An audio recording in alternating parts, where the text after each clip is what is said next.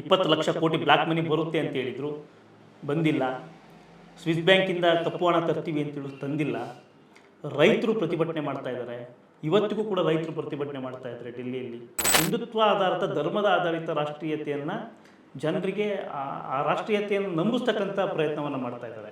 ಶಿವಮೊಗ್ಗದಲ್ಲಿ BJP ಅಂತ ಒಂದು ಪಕ್ಷ ಇಷ್ಟು ದೊಡ್ಡ ಮಟ್ಟಕ್ಕೆ ಶಕ್ತಿಯನ್ನು ಕ್ರೋಢೀಕರಿಸಿಕೊಂಡಿದ್ದೇ ಕೋಮುವಾದದಿಂದ.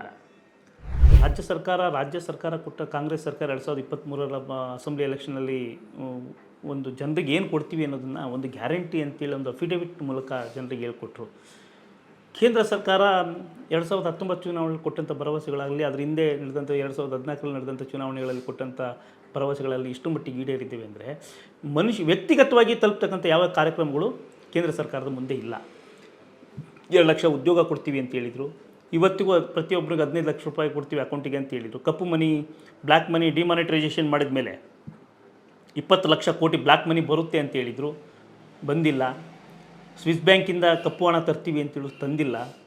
ರೈತರು ಪ್ರತಿಭಟನೆ ಮಾಡ್ತಾ ಇದ್ದಾರೆ.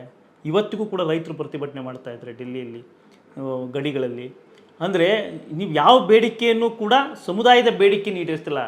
ಅಂದರೆ ರಾಷ್ಟ್ರೀಯತೆಯ ನವರಾಷ್ಟ್ರೀಯತೆಯನ್ನು, ಅಂದರೆ ಹಿಂದುತ್ವ ಆಧಾರಿತ ಧರ್ಮದ ಆಧಾರಿತ ರಾಷ್ಟ್ರೀಯತೆಯನ್ನು ಜನರಿಗೆ ಆ ರಾಷ್ಟ್ರೀಯತೆಯನ್ನು ನಂಬಿಸ್ತಕ್ಕಂಥ ಪ್ರಯತ್ನವನ್ನು ಮಾಡ್ತಾ ಇದ್ದಾರೆ. ಇದು ಜನರಿಗೆ ಪ್ರತಿ ಸರಿ ಒಂಥರ ಭ್ರಮ ನಿರಸನ. ರಾಮ ಮಂದಿರ ಕಟ್ಟಿದ್ದನ್ನು ಮಾರ್ಕೆಟಿಂಗ್ ಮಾಡ್ಕೊಳ್ತಾರೆ. ಒಂದು ಸರ್ಕಾರ ಮಂದಿರ ಕಟ್ಟೋದು, ಮಸೀದಿ ಕೆಡವೋದು ಸರ್ಕಾರದ ಕೆಲಸಗಳಾಗಬಾರ್ದು. ವ್ಯಕ್ತಿಗತವಾಗಿ ಜನರ ಆರೋಗ್ಯ, ಶಿಕ್ಷಣ, ಉದ್ಯೋಗ ಇಂಥ ಕಾರ್ಯಕ್ರಮಗಳನ್ನು ಜನ ಬಯಸ್ತಾರೆ. ಇದರಲ್ಲಿ ಏನಾದಂಥ ಬದಲಾವಣೆಗಳೇನು, ದೇಶದ ಆರ್ಥಿಕ ಸ್ಥಿತಿಗಳೇನು ಅನ್ನೋದ್ರ ಬಗ್ಗೆ ಬಯಸ್ತಾರೆ. ಅದನ್ನೆಲ್ಲವನ್ನು ಕೂಡ ಮತದಾರ ನೋಡ್ತಾನೆ ಅಂತೇಳಿ ನನಗೆ ಅನ್ನಿಸ್ತಾ ಇದೆ. ಅದರಲ್ಲೂ ವಿಶೇಷವಾಗಿ ಕರ್ನಾಟಕದ ಮಟ್ಟಿಗೆ ಹೇಳಬೇಕಾದ್ರೆ, ಕರ್ನಾಟಕದಲ್ಲಿ ಜಾತಿ ಆಧಾರಿತ ರಾಜಕಾರಣ ಇರೋದರಿಂದ ಧರ್ಮಾಧಾರಿತ ರಾಜಕಾರಣಕ್ಕೆ ಹೆಚ್ಚು ಪ್ರಾಮುಖ್ಯತೆ ಸಿಗೋದಿಲ್ಲ.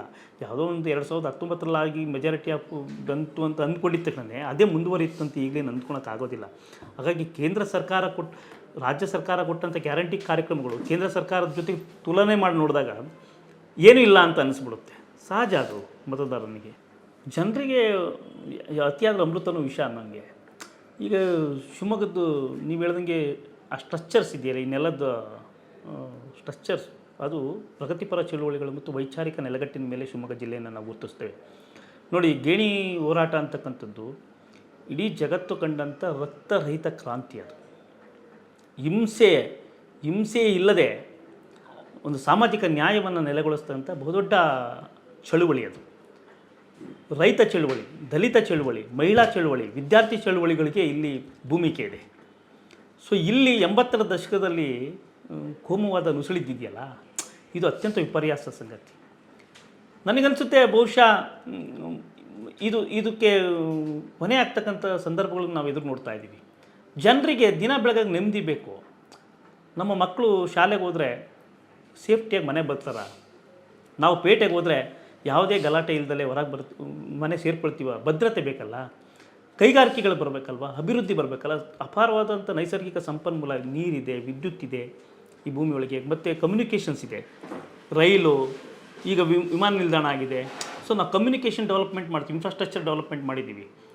ಇಲ್ಲಿ ಜನ ಏನು ಬಯಸ್ತಾರೆ? ಇದು ಅಭಿವೃದ್ಧಿ ಅಂದರೆ ಕೇವಲ ಧರ್ಮಾಧಾರಿತವಾದ ಬರೀ ಕೋಮುಗಲಭೆಗಳೇ ಅಲ್ಲ, ಎಲ್ಲ ಸಣ್ಣ ಸಂಗತಿಗಳನ್ನು ಲಿಂಕ್ ಮಾಡೋದು. ಇದೆಲ್ಲ ಪೊಲಿಟಿಕಲ್ ಮೋಟಿವೇಶನ್, ಅದು ರಾಜಕೀಯ ಹಿತಾಸಕ್ತಿಯಿಂದ ನಡ್ತಕ್ಕಂಥದ್ದು. ಸಾಮಾನ್ಯರ ನಡುವೆ ಈ ಧರ್ಮದ ದ್ವೇಷ ಇಲ್ಲ. ಜನ ದಿನ ಬೆಳಗಾದರೆ ಸಾಮಾನ್ಯ ಬದುಕ್ತಾ ಇದ್ದಾರೆ ಅವ್ರ ಪಾಡಿಗವರು. ಕೆಲವೇ ವ್ಯಕ್ತಿಗಳು, ಒಂದು ರಾಜಕೀಯ ಪಕ್ಷ, ಸಂಘಟನೆಗಳು ಇಂಥ ಪ್ರಯತ್ನವನ್ನು ಮಾಡಿ ಕಾನೂನು ಸುವ್ಯವಸ್ಥೆಯನ್ನು ಹದಗೆಡಿಸ್ತಕ್ಕಂಥ ಪ್ರಯತ್ನವನ್ನು ಮಾಡ್ತಕ್ಕಂಥದ್ದು ಬಂದಿದೆ. ಸೊ ಶಿವಮೊಗ್ಗದಲ್ಲಿ BJP ಅಂತ ಒಂದು ಪಕ್ಷ ಇಷ್ಟು ದೊಡ್ಡ ಮಟ್ಟಕ್ಕೆ ಶಕ್ತಿಯನ್ನು ಕ್ರೋಢೀಕರಿಸಿಕೊಂಡಿದ್ದೇ ಕೋಮುವಾದದಿಂದ. ಸೊ ಇದಕ್ಕೋಸ್ಕರ ಸಾಕಷ್ಟು ಅಮಾಯಕರು ಬಲಿಯಾಗಿದ್ದಾರೆ, ಜೈಲು ಸೇರಿಕೊಂಡಿದ್ದಾರೆ. ಸೊ ಒಂದು ಧರ್ಮವನ್ನು ವಿರೋಧಿಸ್ತಾ ಇನ್ನೊಂದು ಧರ್ಮವನ್ನು ಎತ್ಕಡ್ತಕ್ಕಂಥ ಪ್ರಯತ್ನ ಮಾಡಿರೋದ್ರಿಂದ ಅದಾಗಿದೆ. ಬಹುಶಃ ಜನರಿಗೆ ಇದೊಂಥರ ಅಸಹ್ಯ ಅನಿಸಿದೆ. ಏನು ಪ್ರತಿ ದಿವಸ ನಾವು 144 ಸೆಕ್ಷನ್ ಹಾಕ್ಕೊಳ್ಳೋದು, ಕೊಲೆ ಆಗುತ್ತೆ ಅಥವಾ ಕರ್ಫ್ಯೂ ಆಗುತ್ತೆ, ಪೊಲೀಸ್ ಬಂದೋಬಸ್ತಲ್ಲಿ ನಾವು ನೆರಳಬೇಕು, ವ್ಯಾಪಾರ ಬಿಸ್ನೆಸ್ಗಳು ಬಂದಾಗಿದ್ದಾವೆ, ಕೈಗಾರಿಕೆಗಳು ಬರ್ತಾಯಿಲ್ಲ ಅಂದಾಗ ಸಹಜವಾಗಿ ಇದು ಒಗ್ಗಲ್ಲ. ಸೊ ಬಹುಶಃ ಇದು ಕ್ರಮೇಣ ಇದಕ್ಕೆ ಒಂದು ಕಡಿವಾಣ. ನೋಡಿ, ಈ ಸರಿ ಎಲೆಕ್ಷನ್ ಒಳಗೆ 3 ಕ್ಷೇತ್ರದಲ್ಲಿ ಕಾಂಗ್ರೆಸ್ ಗೆದ್ದಿದೆ, 2 ಕ್ಷೇತ್ರದಲ್ಲಿ BJP, 1 ಕ್ಷೇತ್ರದಲ್ಲಿ JDS ಗೆದ್ದಿದೆ. ಸೊ ಅಲ್ಲಿಗೆ ಅರ್ಥ ಏನು?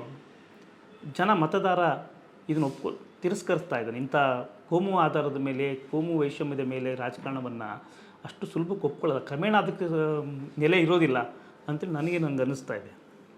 ಇಲ್ಲ, ಒಂದು ಮಾತು ಇಲ್ಲಿ ಹೇಳಬೇಕು. ಈಗ ರಾಘವೇಂದ್ರನ ಕಾರ್ಯಶೈಲಿ ಇದೆಯಲ್ಲ, ಅದು ಸ್ವಲ್ಪ ಭಿನ್ನವಾಗಿದೆ. ಸೊ ತಂದೆಯ ಪ್ರಭಾವವನ್ನು ಬಳಸ್ಕೊಂಡು ಕೇಂದ್ರ ಸರ್ಕಾರದ ಜೊತೆಗೆ ನಿರಂತರವಾಗಿ ಸಂಕೊಂಡು ಅನೇಕ ಯೋಜನೆಗಳಿಗೆ ಕಾರ್ಯಗತಗೊಳಿಸ್ತಕ್ಕಂಥ ಕೆಲಸವನ್ನು ಏನು ಬೇಕು, ಇನ್ಫ್ರಾಸ್ಟ್ರಕ್ಚರ್ಸು, ರೈಲ್ವೆ ಓವರ್ ಬ್ರಿಡ್ಜ್ಗಳು, ವಿಮಾನ ನಿಲ್ದಾಣಕ್ಕೆ ತಂದಂಥ ಅನುದಾನಗಳು, ಮತ್ತು ನಾವು ತುಂಗಾ ನದಿಗೆ ರಿಬಿಟ್ ಕಟ್ತಕ್ಕಂಥದ್ದು ಕೆಲಸಗಳನ್ನು ಮಾಡಿದ್ದಾರೆ, ಕೆಲಸಗಳು ಮಾಡಿಲ್ಲ ಅಂತೇಳಿ. ಆದರೆ ಕಾಂಗ್ರೆಸ್ ಸರ್ಕಾರ ಕೊಟ್ಟಂಥ ವ್ಯಕ್ತಿಗತ ನೆಲೆಯಲ್ಲಿ ಮನುಷ್ಯನ ವೆಲ್ಫೇರನ್ನು ಸೃಷ್ಟಿ ಮಾಡ್ತಕ್ಕಂಥ ಪ್ರೋಗ್ರಾಮ್ಗಳು ಸಮೂಹಕ್ಕೆ ಆಗ್ತಕ್ಕಂಥ ಕೆಲಸಗಳು ಕಾಣ್ತಾ ಇಲ್ಲ. ಸೊ ಅಭಿವೃದ್ಧಿ ದೃಷ್ಟಿಯಿಂದ ಕಂಪೇರ್ ಮಾಡಿದಾಗ ಅದಷ್ಟೇ ಚರ್ಚೆ ಆಗಬೇಕಾಗಿದೆ, ಅಗತ್ಯ ಇದೆ. ನೀವು ಚರ್ಚೆ ಆಗಬೇಕು, ರಾಘವೇಂದ್ರ ಏನು ಮಾಡಿದ್ದೀನಿ, ರಾಜ್ಯ ಸರ್ಕಾರ ಏನು ಮಾಡಿದ್ದಾರೆ ಅನ್ನೋದನ್ನು ಚರ್ಚೆ ಆಗಬೇಕು. ಆ ಚರ್ಚೆಯಲ್ಲೇ ಮತಗಳ ನಿರ್ಣಯ ಆಗಬೇಕು ಅಂತ ನಾನು ಬಯಸ್ತೀನಿ. ಇಲ್ಲಿ ಹಿಂದುತ್ವ, ಜಾತ್ಯತೀತವಾದ ಈ ರೀತಿ ಐಡಿಯಾಲಜಿ ಚರ್ಚೆಗಿಂತನೂ ಶಿವಮೊಗ್ಗ ಜಿಲ್ಲೆಗೆ ಏನು ಬೇಕಾಗಿತ್ತು, ಏನು ಅಗತ್ಯ ಇದೆ, ಏನು ಆಗಬೇಕಾಗಿತ್ತು, ಇದು ಚರ್ಚೆ ಆಗಬೇಕಾಗಿತ್ತು. ಇವತ್ತಿಗೆ ಈ ಚರ್ಚೆಯನ್ನು ಬಹುಶಃ BJP ಅವರು, ರಾಘವೇಂದ್ರ ಅವರು ಮಾತಾಡ್ತಿರ್ಬೇಕಾದ್ರೆ ಅಭಿವೃದ್ಧಿ ಕಾರ್ಯಗಳನ್ನು ಮುಂದೆ ಮಾಡ್ತಾ ಇದ್ದಾರೆ, BJP ಮಾತಾಡ್ತಿರ್ಬೇಕಾದ್ರೆ ಹಿಂದುತ್ವವನ್ನು ಮುಂದೆ ಮಾಡುತ್ತೆ, ಮೋದಿಯನ್ನು ಮುಂದೆ ತರುತ್ತೆ.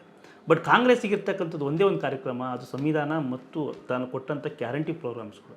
ಸೈದ್ಧಾಂತಿಕವಾಗಿ ಬರೋದಾದರೆ ಸಂವಿಧಾನದ ಪ್ರಕಾರ ನಾವು ಆಡಳಿತವನ್ನು ನಡೆಸ್ತೇವೆ, ಇಲ್ಲಿರ್ತಕ್ಕಂಥ ಎಲ್ರಿಗೂ ಸಮಬಾಳು ಸಮಪಾಲು ಸಿಗಬೇಕು, ಜಾತ್ಯತೀತ ಪರಿಕಲ್ಪನೆಯಿಂದ ನಾವು ಮುನ್ನಡೆಯಬೇಕು ಅಂತ ಕಾಂಗ್ರೆಸ್ ಹೇಳಿದ್ರೆ, ಜೊತೆಗೆ ವ್ಯಕ್ತಿಗತವಾಗಿ ಬಡವರು ಮತ್ತು ಅಸಹಾಯಕರು, ದೀನ ದಲಿತರಿಗೆ, ಅಲ್ಪಸಂಖ್ಯಾತರಿಗೆ, ಎಲ್ಲ ಜಾತಿಯ ಬಡವರಿಗೆ ಏನೆಲ್ಲ ಕಾರ್ಯಕ್ರಮಗಳು ಸಿಗಬೇಕು ಅದು ಕೊಡಬೇಕು ಅಂತಕ್ಕಂಥದ್ದು ಒಂದು ಒಳ್ಳೆಯ ಕಾರ್ಯಕ್ರಮವನ್ನು ಗ್ಯಾರಂಟಿ ನಡೆದಿದೆ.